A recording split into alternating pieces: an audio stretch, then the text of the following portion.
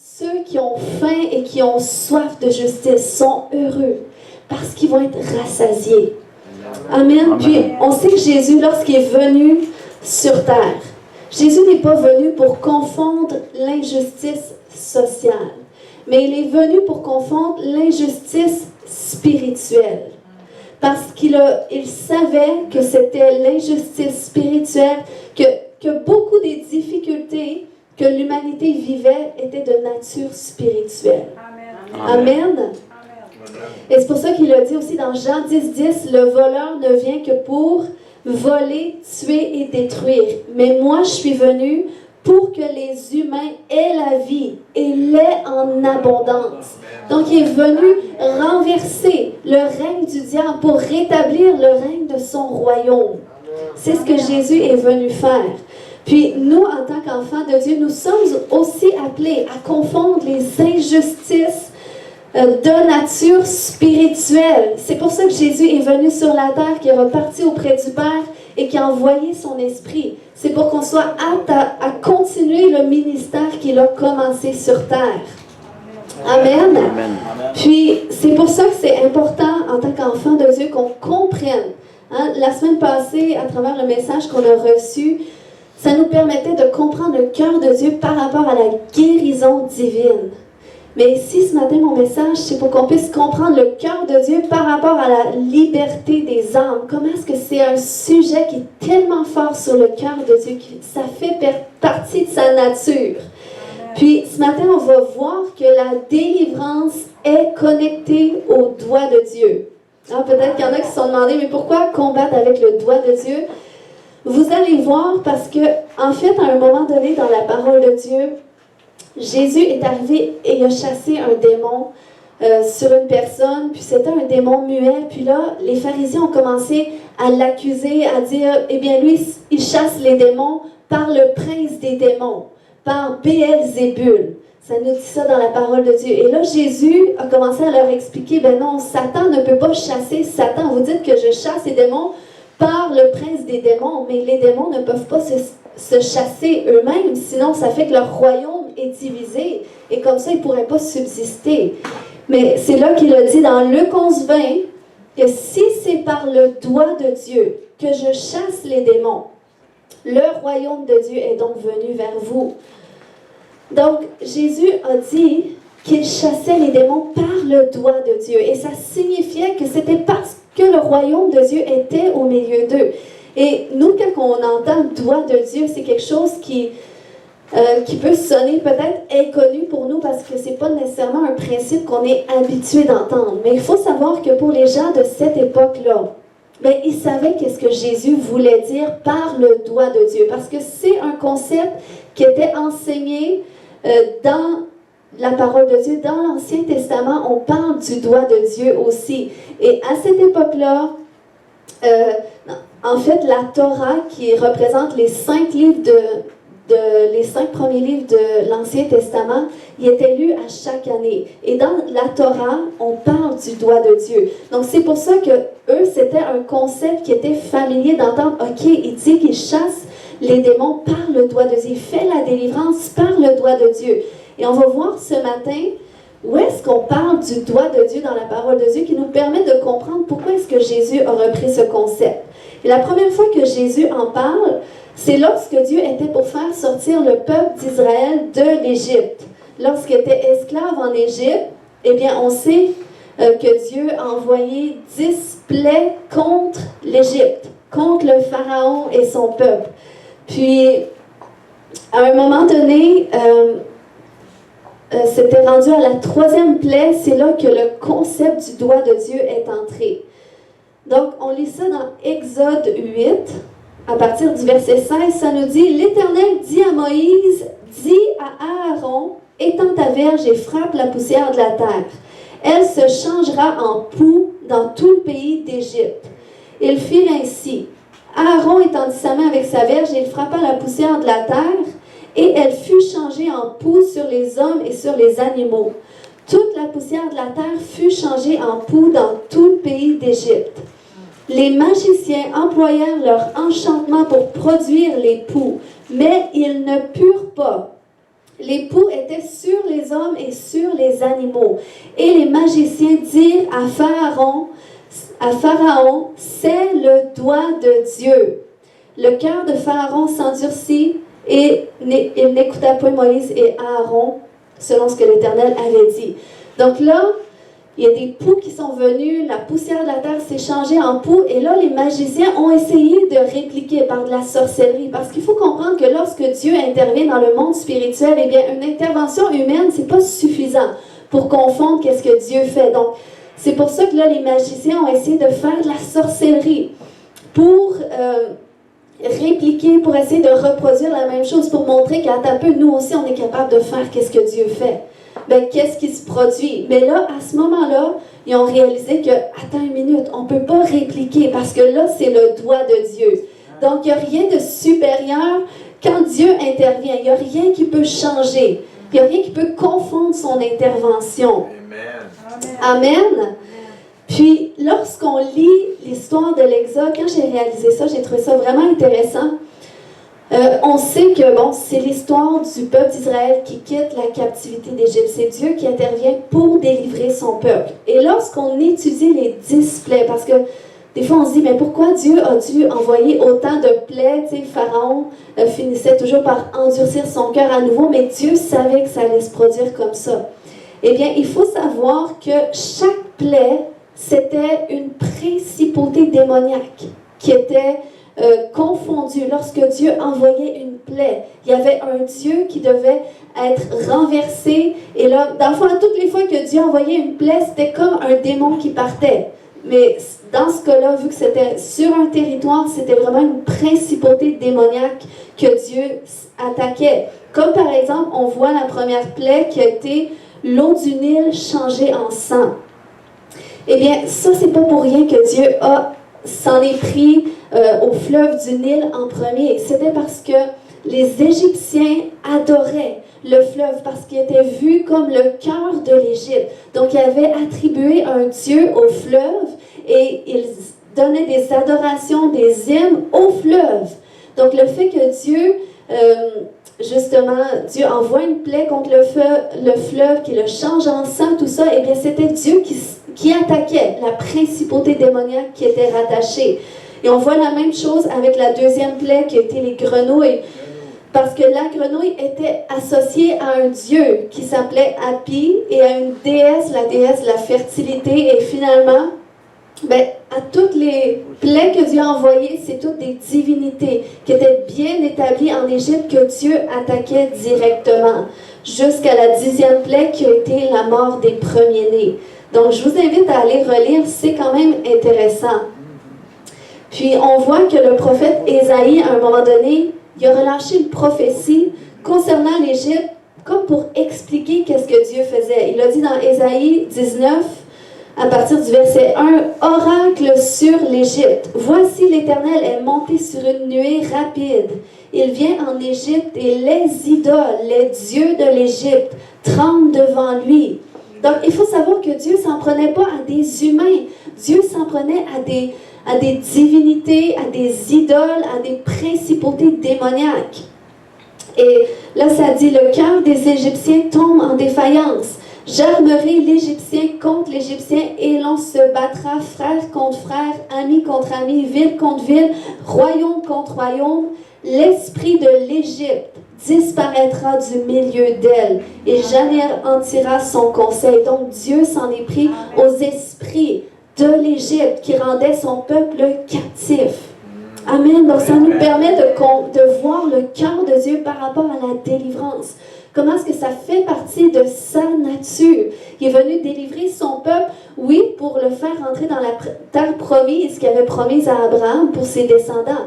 Mais avant ça, il devait passer par la délivrance de liens spirituels au-delà des chaînes physiques. Amen. Amen. Puis, ensuite de ça, la deuxième fois que le doigt de Dieu est mentionné, c'est intéressant. C'est sur le mont Sinaï, là, le peuple d'Israël a finalement sorti d'Égypte après que Dieu ait envoyé les 10 plaies. Et là, ils ont commencé à marcher dans le désert. Et là, environ 3 mois après leur sortie d'Égypte, eh bien là, ils se sont rendus sur le mont Sinaï. Puis là, c'est là que Moïse est allé rencontrer Dieu et que là, Dieu a commencé à lui donner les 10 commandements, la loi. Puis là, on lit dans Exode 31, 18 que lorsque l'Éternel eut achevé de parler à Moïse sur la montagne de Sinaï, il lui donna les 2 tables du témoignage, tables de pierre, écrites du doigt de Dieu. Et il reprend aussi dans Deutéronome 10 en disant « L'Éternel me donna les 2 tables de pierre écrites du doigt de Dieu et contenant toutes les paroles que l'Éternel vous avait dites sur la montagne du milieu du feu le jour de l'assemblée. » Donc, c'est vraiment puissant. Parce que ça veut dire que les 10 commandements, c'est plus qu'une liste de choses à faire et ne pas faire. Je pense que je les ai à l'écran, ceux qui se demandent, c'est quoi les 10 commandements? Eh bien, ça faisait partie de la loi de Dieu que le peuple d'Israël devait respecter à l'époque. Puis, dans le fond, la Bible nous dit que ça a été écrit par le doigt de Dieu. Donc, ça veut dire que c'était un document légal écrit par le doigt de Dieu qui expliquait au peuple d'Israël comment maintenir leur délivrance. Parce que si la délivrance était rattachée au doigt de Dieu, que les commandements sont rattachés au doigt de Dieu, ça veut dire que c'était une charte légale qui disait comment demeurer libre. Donc, c'est puissant parce que nous, aujourd'hui, en tant qu'enfants de Dieu, on sait que Jésus a accompli la loi. Donc, c'est pas parce qu'on suit ce qui est écrit dans la loi, c'est pas ça qui nous justifie aujourd'hui. C'est notre foi en Jésus-Christ. Parce que Jésus est venu pour accomplir la loi à notre place. Parce que ça disait que si on ne respectait pas juste un seul commandement de toute la loi, eh bien, on était retranché, on ne pouvait pas être sauvé. Amen. Donc, c'est pour ça que seulement Jésus qui a pu venir accomplir la loi à notre place. Et nous, par son sacrifice, en croyant en lui, par notre foi en Jésus, là, on peut être sauvé. Puis, ça nous montre aujourd'hui, ça symbolise qu'en fait, que lorsqu'on reçoit la délivrance en tant qu'enfant de Dieu dans notre génération, ça veut dire que la parole de Dieu, qui a été écrite par des hommes, mais inspirée par Dieu, c'est le document légal qui nous indique comment nous rapprocher de Dieu, comment qui nous aide à connaître Dieu pour être libre. C'est un document légal, donc c'est pour ça que c'est vraiment un arme de combat, la parole de Dieu. Amen. C'est pour ça que même Salomon avait dit dans Proverbe 7.3, de la part de Dieu, observe mes préceptes et tu vivras. Garde mes enseignements comme la prunelle de tes yeux. Lis-les sur tes doigts. Écris-les sur les tables de ton cœur. Donc, vous voyez qu'il y a vraiment c'est vraiment une symbolique que les doigts servent pour le combat. C'est comme le roi David, à un moment donné, il disait à Dieu, tu exerces mes mains au combat et mes doigts à la bataille. Donc, c'est par ses doigts, c'est par son doigt que Jésus vient délivrer. Il a seulement besoin d'un doigt pour chasser les démons. C'est quand son royaume vient finalement que les démons doivent partir. Et c'est comme ça que sa parole peut être établie dans nos cœurs et porter du fruit et qu'elle peut aussi confondre l'ennemi lorsqu'il se présente devant nous. Donc, c'est pour ça que c'est important de connaître la parole de Dieu. Lire la parole de Dieu, pas nécessairement, c'est pas la quantité qui compte, mais c'est de prendre cette habitude où est-ce que on lit un petit peu, peut-être un peu la parole à tous les jours, mais on cherche à la mettre en application. C'est ça qui est important. C'est de chercher à appliquer qu'est-ce qu'on lit dans la parole de Dieu. Et pour ça, on doit chercher à le comprendre et l'Esprit de Dieu nous aide pour ça. Donc là, ça a été quand le doigt de Dieu a été mentionné dans l'Ancien Testament. Et là, Jésus, quand il a commencé à chasser les démons, quand il a commencé à rentrer dans son ministère lorsqu'il a eu 30 ans, et là, eh bien là, il a repris ce concept du doigt de Dieu. Puis, je vais vous lire exactement où est-ce que ça s'est produit. En fait, c'est dans Luc, à partir du verset 14, ça dit « Jésus chassa un démon qui était muet. Lorsque le démon fut sorti, le muet parla, et la foule fut dans l'admiration. Mais quelques-uns dirent, c'est par Béelzébul, le prince des démons, qu'il chasse les démons. Et d'autres, pour l'éprouver, lui demandèrent un signe venant du ciel. Comme Jésus connaissait leurs pensées, il leur dit, tout royaume divisé contre lui-même est dévasté et une maison qui s'écroule sur une autre. Si donc Satan est divisé contre lui-même, comment son royaume subsistera-t-il puisque vous dites que je chasse les démons par Béelzébul? Il dit, et si moi je chasse les démons par Béelzébul, vos fils, par qui les chassent-ils? C'est pourquoi ils seront eux-mêmes vos juges, mais si c'est par le doigt de Dieu que je chasse les démons, le royaume de Dieu est venu vers vous. Amen. Puis il faut savoir que Jésus a été celui qui a initié le shift de la délivrance corporative à la délivrance individuelle. Parce qu'avant que Jésus vienne sur la terre, les gens ne pouvaient que recevoir la délivrance de façon corporative. Lorsqu'ils vivaient des oppressions sociales, eh bien Dieu finissait par envoyer un homme, une femme qui allait initier la délivrance de son peuple, qui allait confondre les ennemis, et finalement le peuple recevait la délivrance. Et c'est ce qu'on voit lorsqu'on lit l'Ancien Testament, c'est ce qui se produisait. On voit qu'à tout bout de champ, le peuple d'Israël finisse par se détourner de Dieu. À un moment donné, il crie à Dieu, et là Dieu envoie un homme, envoie une femme, et là délivre son peuple. Donc c'était la délivrance corporative que Dieu exécutait à l'époque. Mais aujourd'hui, depuis qu'il a envoyé Jésus-Christ, c'est là que Dieu a établi la délivrance individuelle. En fait, c'était pour nous montrer qu'à travers une relation personnelle avec Jésus, quand Jésus rentre dans ta vie, c'est là que tu peux expérimenter la délivrance. Et c'est pour ça que Jésus est venu sur la terre. Il est venu pas pour juger le monde, mais pour que le monde soit sauvé par lui.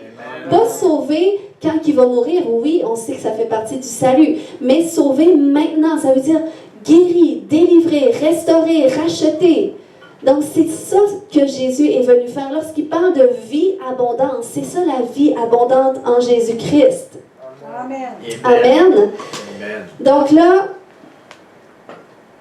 Jésus, c'est ça, il a commencé à dire, écoute, c'est par le doigt de Dieu, si c'est par le doigt de Dieu que je chasse les démons, eh bien le royaume de Dieu est venu vers vous. Donc, il est en train de dire que le ministère de délivrance fait partie du royaume. Et le premier message de Jésus a été dans Matthieu 4, 17, qui nous dit, dès ce moment, Jésus commença à prêcher et à dire, repentez-vous, car le royaume des cieux est proche. Donc, il est en train de dire, le royaume des cieux est ici, parce que là, moi, je suis ici. Hein? C'est pour ça qu'il a dit, si quelqu'un me voit, il voit Dieu. Amen, parce que, en fait, Jésus était la manifestation du royaume de Dieu. Donc, c'est pour ça qu'il disait, le royaume de Dieu est proche. Donc, il est tellement proche qu'il est à votre portée de main. Il est tellement proche que si vous êtes malade, vous pouvez être guéri. Que si vous êtes captif, vous pouvez être délivré. Donc, c'était le message de Jésus et c'est pour ça, au verset 23 par la suite, ça nous dit que Jésus parcourait la Galilée, enseignant dans les synagogues, prêchant la bonne nouvelle du royaume et guérissant toute maladie et toute infirmité parmi le peuple. Sa renommée se répandit dans toute la Syrie et on lui amenait tous ceux qui souffraient de maladies et de douleurs de divers genres, des démoniaques, des lunatiques, des paralytiques, et il les guérissait. Amen. Donc ça, c'était l'évangile du royaume de Dieu. Et c'est l'évangile que nous sommes appelés aussi à comprendre et à prêcher aussi. Amen. Puis, Jésus a montré aussi par son ministère que la délivrance était conjointement liée à la guérison. Hein, des fois, des gens malades venaient vers lui et priaient pour leur guérison. Mais finalement, il y avait des mauvais esprits derrière. Donc, les esprits partaient et les gens étaient guéris. Donc, tu ne peux pas séparer l'un de l'autre. Amen. La maladie, ça vient du diable. Il y a des maladies naturelles, peut-être comme la grippe, mais il y a certaines maladies.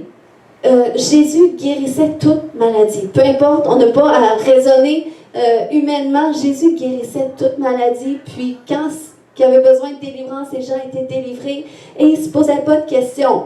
Amen. Amen. Maintenant, pour qui est la délivrance? Parce que c'est une question qui suscite beaucoup de débats. Hein? On comprend que, bon, un chrétien peut être malade, peut avoir un cancer, peut y arriver des épreuves dans sa santé, mais il y en a beaucoup qui ont du mal avec le concept qu'un chrétien peut avoir besoin de délivrance, un chrétien peut avoir un démon.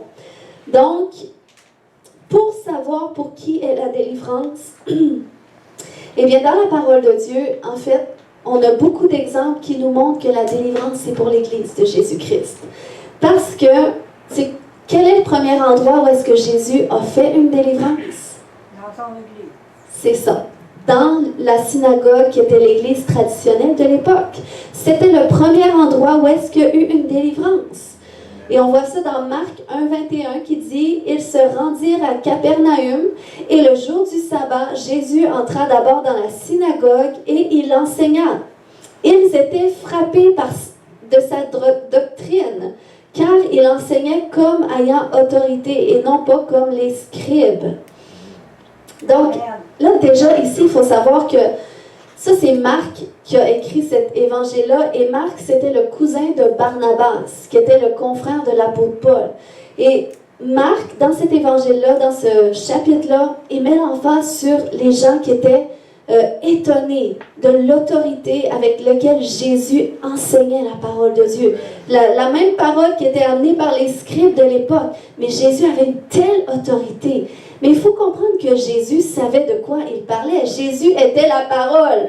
Amen. La parole faite chair. Donc, il prêchait sa juridiction gouvernementale parce que il prêchait des principes qu'il connaissait. Il était la parole de Dieu. Donc, c'est pour ça qu'il prêchait avec autorité. Et il faut comprendre que l'autorité que nous, on a aussi à travers la parole de Dieu, c'est plus que la déclaration du psaume 91.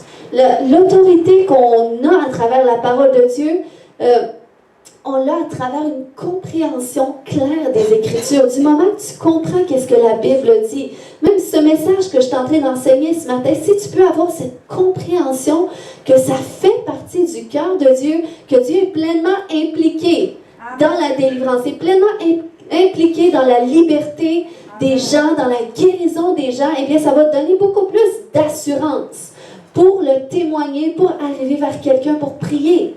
Amen. Donc, c'est pour ça que Jésus prêchait avec autorité. Et là, il faut aussi savoir que la première délivrance qui a été faite, ça a été où? Ça a été au ciel, quand Dieu a chassé Satan du ciel. Donc, imaginez, si même le ciel a dû avoir la délivrance, eh bien, ici-bas sur terre, c'est logique que c'est nécessaire. Et c'est pour ça que c'est ce que Jésus est venu faire lorsqu'il est venu. Puis, là, on lit, c'est ça dans la suite du passage au verset 23, « Il se trouva dans leur synagogue un homme qui avait un esprit impur et qui s'écria. » Donc, c'était dans l'église et il y avait un homme qui était croyant, mais qui avait un esprit impur. Il dit, « Qu'y a-t-il entre nous et toi, Jésus de Nazareth? Tu es venu pour nous perdre, je sais qui tu es, le Saint de Dieu. » Mais Jésus le menaça, disant, « Tais-toi et sors de cet homme. » Et l'esprit impur sortit de cet homme en l'agitant avec violence et en poussant un grand cri. Tous furent saisis de stupéfaction, de sorte qu'ils se demandaient les uns aux autres, « Qu'est-ce que ceci? Une nouvelle doctrine. » Il commande avec autorité même aux esprits impurs et ils lui obéissent. Donc les gens étaient stupéfaits, ils n'avaient jamais vu ça.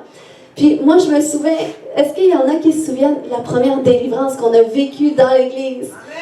Amen. Amen. Il y a quelques, pas beaucoup, mais en tout cas, il y en a qui se souviennent. Mais les gens étaient surpris. Je vous dis, c'était la première fois qu'on le vivait. La personne, les yeux ont viré à l'envers, elle a tombé sur le côté, elle écumait de la bouche. Puis tout le monde, c'est comme... C'était la fin du service, tout le monde s'est rassis, tout le monde regardait, puis personne bougeait, puis il y avait l'équipe, tout le monde chassait les démons en même temps, puis les gens paniquaient. Donc, on était stupéfaits parce on a vu le royaume de Dieu se manifester, Dieu qui vient délivrer. La personne à la fin m'a dit « Merci ». J'ai dit, écoute, merci Seigneur, je ne savais pas ce qui allait se passer.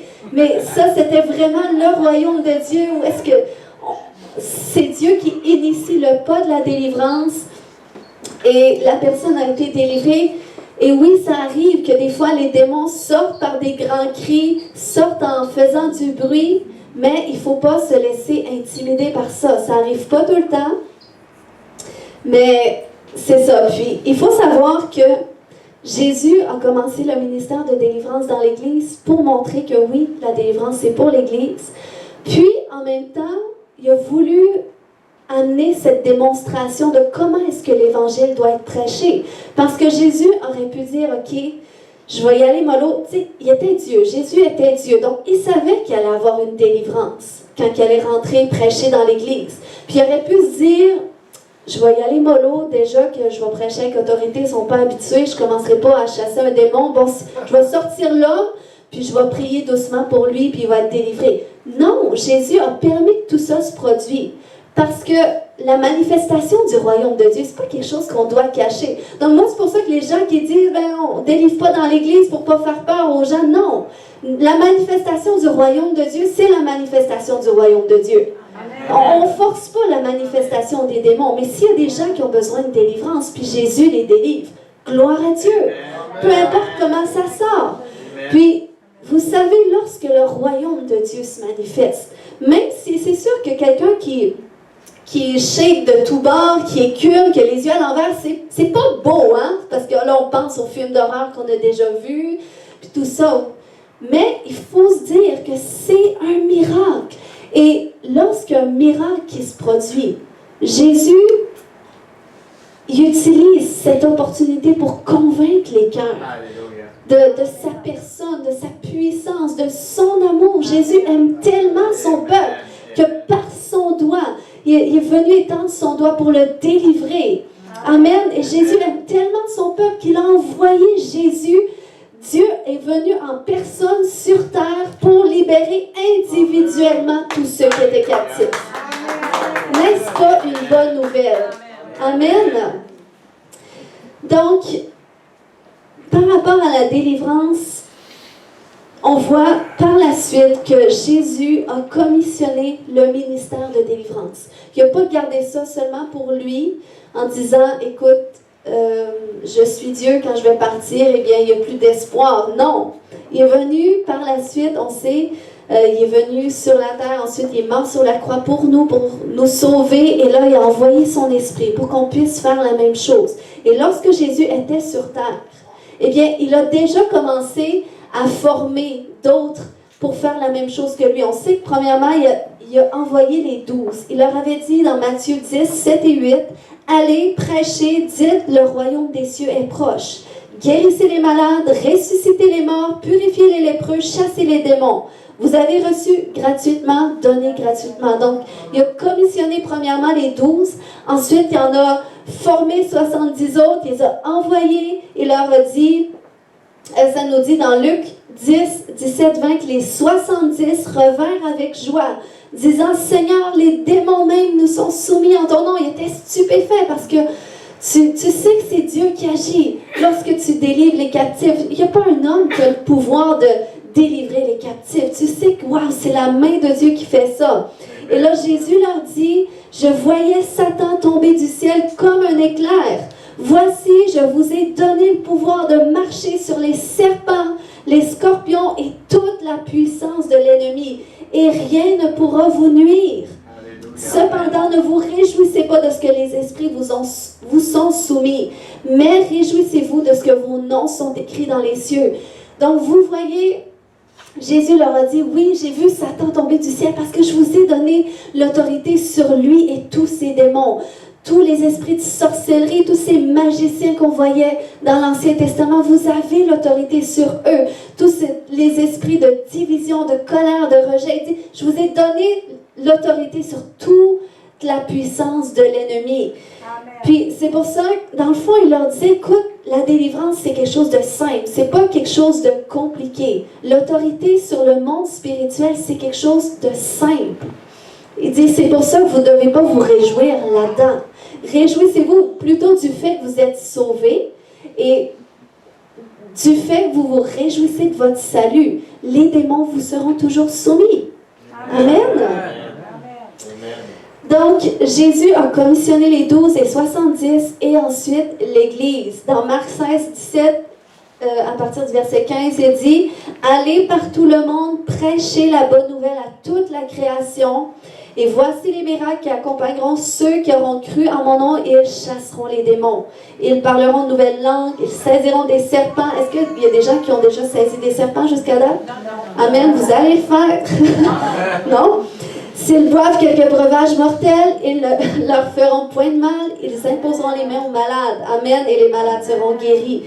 Donc, il dit, le premier signe que vous êtes croyants, c'est que vous chassez les démons. C'est votre autorité sur le diable. Premièrement, pour votre propre vie, pour mener vos propres combats à vous. Amen. Amen. Puis, c'est ça. Puis, du moment que tu apprends à marcher dans ton autorité pour toi, c'est là que tu vas être capable de marcher, d'exercer ton autorité pour les autres autour de toi. Quand tu pries pour quelqu'un autour de toi, que Dieu met sur ton chemin, dans ta famille, tes proches, Dieu te donne pleinement l'autorité. Amen. Parce qu'il est venu pour que tu aies une vie abondante. Amen. Donc, en conclusion, ce matin, j'inviterai mon frère Samuel. La délivrance, c'est l'intervention légale de Dieu envers son peuple. Amen. C'est pleinement lui qui veut que son peuple soit libre. Amen. Puis le diable aime tellement condamner surtout les enfants de Dieu en leur donnant cette honte d'avoir besoin peut-être de délivrance. Mais vous savez, on peut être captif, oui, des esprits générationnels de nos familles, mais des fois on peut vivre des choses en chemin, des fois on peut vivre quelque chose de difficile, on peut vivre un accident, un traumatisme, quelque chose que tu ne t'attendais pas à vivre. Puis le diable en profite pour avoir accès. Puis ça, tu peux avoir besoin de délivrance par la suite. C'est notre part, c'est notre héritage. N'ayons pas honte en tant qu'enfants de Dieu. C'est plutôt notre autorité, puis c'est la manifestation de l'amour de Dieu envers nous. C'est ce qu'il veut pleinement. Amen. Ensuite, la délivrance, c'est pour les croyants d'abord. Amen. Puis c'est quelque chose que tu peux expérimenter lorsque tu as une relation personnelle avec Jésus. Amen. Moi, je me souviens, avant d'être chrétienne, c'est comme ça que le Seigneur m'a touchée. En fait, je vivais des phénomènes paranormaux dans la maison. Je ressentais les esprits, puis j'avais très peur de ça. J'avais très peur parce que je ne savais pas quoi faire avec ça. Ça venait quand ça voulait, puis il y avait vraiment de la peur que ça suscitait en moi. Mais dès le moment que j'ai commencé à faire des prières au nom de Jésus pour prendre autorité contre ces esprits-là, même si je n'étais pas chrétienne encore, mais je l'ai fait sous... il y avait quelqu'un qui m'accompagnait dans ce processus-là. Puis j'ai vu la puissance du nom de Jésus sur le monde des ténèbres et ça a fait partir tous les esprits qu'il y avait dans ma maison. Donc plus jamais à partir de ce moment-là, j'ai plus jamais eu peur des mauvais esprits. Ça arrive, des fois je vais vivre un rêve. Je sais qu'à un moment donné, genre c'est il y a quelques semaines, j'avais fait un rêve, puis c'était un homme dans mon rêve, puis il est arrivé comme pour m'attraper, puis me tenir le cou, mais je me suis comme réveillée en même temps, puis je savais que c'était réel, parce que même j'étais dans la réalité, puis j'avais ma tête qui shakeait de même, puis tout de suite j'ai pris autorité au nom de Jésus. Esprit de peur, j'ai ordonné un autre esprit, mais là il y a un autre esprit qui m'est venu en tête, puis j'ai ordonné de partir, puis je me suis rendormie direct. Donc c'est ça qu'on doit réaliser, qu'on a l'autorité, on ne doit pas avoir peur du monde spirituel. Et quand il y a quelqu'un qui est délivré à quelque part autour de nous, les esprits ne peuvent pas sauter sur nous. Ça, c'est important. Il ne faut pas craindre ça. Parce que la Bible dit que lorsqu'un esprit impur est chassé d'un homme, il va dans les lieux déserts chercher du repos. Donc, je ne sais pas, peut-être que c'est les anges de Dieu qui le prennent pour l'envoyer dans les lieux déserts. Donc, ils ne peuvent pas sauter sur une autre personne, à moins qu'il y ait quelqu'un qui veuille vraiment un transfert d'esprit, mais je ne pense pas que c'est votre cas. Donc, c'est pour ça qu'on ne doit pas craindre ça. Amen. Ensuite, la délivrance, c'est notre mandat. C'est à nous. Quelqu'un te dit, écoute, j'ai des pensées sombres qui viennent tout le temps. Ces temps-ci, je me sens négatif ou on dirait que j'ai des tentations pour le péché. Des fois, ça arrive aussi. C'est pas toujours notre chair. Des fois, on combat notre chair. On a quasiment le goût de crucifier notre chair. Mais des fois, c'est des esprits qu'on a besoin de dire au nom de Jésus. Esprit de ceci et de cela, tu me quittes, tu n'as plus aucun pouvoir sur moi. Vous êtes sous mes pieds. Je marche sur toute la puissance de l'ennemi. Amen. Donc, vous pouvez... C'était simple. Jésus avait dit, tais-toi et sors. Bon, des fois, c'est pas si rapide que ça, les délivrances. Mais, des fois, c'est rapide. Donc, peu importe. Des fois, il y a des démons qui sont entêtés. On doit continuer d'ordonner, puis on doit croire par la foi. On doit le faire avec l'autorité qu'on connaît des Écritures, de qu'est-ce qu'on connaît que Jésus veut faire. Jésus veut pleinement guérir, veut pleinement délivrer. Donc, je suis confiante lorsque j'ordonne à cette chose de partir. Je sais qu'elle doit partir parce que la Bible me dit que si j'ordonne à cette montagne de sauter de là, de se jeter dans la mer, et bien, si je ne doute pas dans mon cœur, ça veut dire si j'ouvre pas si je ne laisse pas la pensée du doute s'installer, si je n'ouvre pas la porte à cette pensée-là, mais que je crois de tout mon cœur que qu'est-ce que je dis arrive, ça veut dire que ça va s'accomplir. Je vais le voir s'accomplir. Amen. Donc ce matin, on va prier tout le monde ensemble. Alléluia. Seigneur, je te remercie. On peut se lever tout le monde ensemble. Merci Seigneur pour ta grâce, ton amour. Oui. Alléluia. Merci Jésus. Merci Jésus que tu es dans ce lieu, tu es dans nos vies. Est-ce que tout le monde a déjà donné toute sa vie à Jésus? Est-ce que tout le monde a déjà accepté Jésus comme son Seigneur et son Sauveur personnel? S'il y a quelqu'un qui n'a jamais donné toute sa vie à Jésus, j'aimerais prier avec toi. Vous pouvez lever la main, puis je vais prier pour vous. Si vous n'avez jamais donné toute votre vie à Jésus.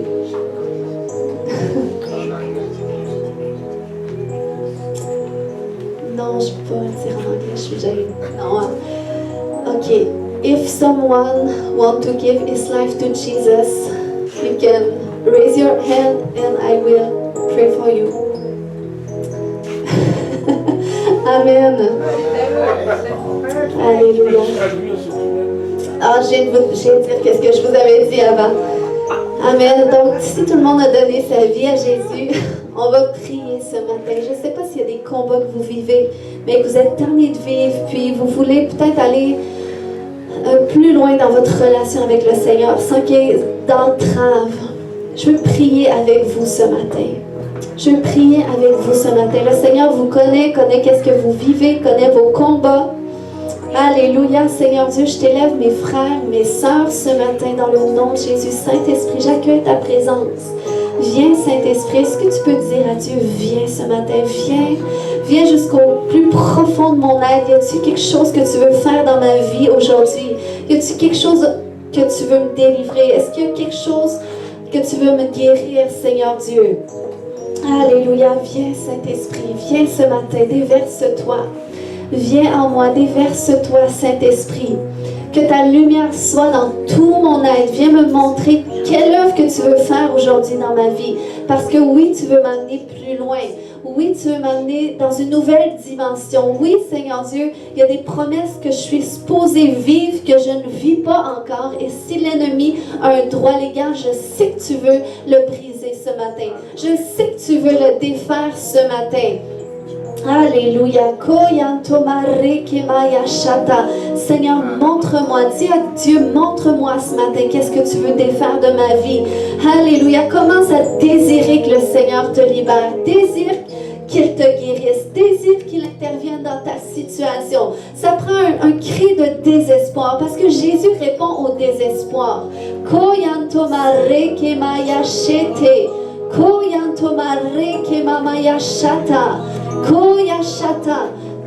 shata, koya shata damareke maya shata. Oh Esprit de Dieu, viens éclairer. Koya shata, l'œuvre que tu veux faire dans ma vie. Koya shata, peut-être que le Seigneur t'appelle juste dans une intimité plus profonde. Peut-être qu'il t'appelle juste à connecter avec lui davantage. Alléluia, plus d'intimité. Koramamaya shete. Koyantamareke maya shata. Koyantamareke maya shata. Koyantamareke maya shete. Koyashata. Alléluia. Alléluia. Alléluia. Ce matin, si le Seigneur, tu veux que le Seigneur fasse une œuvre dans ta vie, mais tu sais que tu dois peut-être te repentir de certaines choses. J'aimerais que tu commences à dire à Dieu, je te demande pardon, je me repens pour cette chose. Je me repens pour ceci. Je me repens pour cela. Ou si tu as de la rancune dans ton cœur, commence à pardonner. S'il y a des gens, tu sais que ça fait encore mal. Dis, je les pardonne. Je les pardonne. Je les relâche en tes mains, Seigneur Dieu. Je les pardonne. Et je me repens pour cela. Le pardon, c'est libérateur. Le pardon, c'est une clé pour que tu expérimentes ta liberté. Koyanto mareke. Pardonne ce matin. Repens-toi ce matin. Alléluia. Merci Jésus. Merci Jésus. Koyanto mareke. Koyashata. Koyashata bareke manta. Koyashata da mareke mayashata. Koyanto mareke. Koyashata. Alléluia. Si ce matin tu vis des combats, si c'est des combats dans ton corps, par la maladie, des combats dans tes pensées, si c'est des choses qui ne débloquent pas, des embûches, ce matin, j'aimerais que tu commences à dire « Je renonce à cette chose ». J'aimerais que tu le déclares de ta bouche parce que quand tu dis « Je renonce », c'est que tu brises l'accord qui a été fait spirituellement avec cette chose. Donc, je renonce à cette dépendance, je renonce à cette maladie, je renonce à la peur, je renonce à l'anxiété, je renonce à la dépression, je renonce à l'amertume, je renonce à l'offense. Je renonce à la maladie. Je renonce à cette difficulté, je renonce aux épreuves financières, je renonce à la pauvreté. Koya Shata, allez déclare ce matin de ta bouche. Renonce ce matin, Koraba. Je renonce au célibat, Koya Shote. Je renonce au divorce, Komare Kemaya Shata. Koya Shata. Je renonce aux tentations impures, Koraka. Je renonce à la convoitise. Koya Shote Ketere Mare Kemaya Shata. Allez, renonce ce matin. Renonce ce matin. Korakamaya Shata. Je renonce aux pensées sombres. Je renonce aux pensées négatives. Koyanto Mareke. Je renonce aux diagnostics médicaux. Korababaya Shata. Koyanto Mareke Mayeshete. Koyanta. Je renonce à la dépression. Alléluia. Koya shote, korababaya shata, koya shata mareke manta. Si tu sens que ça, il y a déjà quelque chose qui se passe à l'intérieur de toi, tu sens que ça bouillonne, tu sens que le Seigneur est en train de faire quelque chose. Je ne veux pas que tu repartes d'ici sans que je prie pour toi. Donc, s'il se passe quelque chose, si tu sais que le Seigneur veut faire une œuvre dans ta vie, viens devant, je prie avec toi ce matin. Koyanto mareke maya shata. Koyanto mareke maya shete. Venez ce matin, venez. Tous ceux qui ont besoin de prière, venez ce matin, c'est Jésus qui est ici. Alléluia, il veut manifester, il manifeste déjà son royaume parmi nous ce matin. Koya shata. Koyanda maraka maya shata. Et pour ma soeur Alexiane aussi, je veux prier. S'il y a quelqu'un d'autre qui a besoin de prière ce matin, Koya Shanta. Sinon, je veux vous entendre prier, prier en langue. Si vous priez en langue, l'Esprit de Dieu continue d'agir. Alléluia. Koyanto mareke maya shata. Koyanto maraka babaya shata. Koyanto mareke maya shete. Koyanto maraka. Au nom de Jésus, je prends autorité contre tous les esprits derrière ce que vous avez renoncé ce matin. Et je leur commande maintenant de partir dans le nom de Jésus. Vous partez maintenant, taisez-vous et sortez. Maintenant, dans le nom de Jésus. Koyanto mareke. Taisez-vous et sortez, sortez, sortez, sortez. Allez, tu sors peur, tu sors dépression, tu sors négativisme. Au nom de Jésus, tu sors victimisation. Allez, sors maintenant dans le nom de Jésus.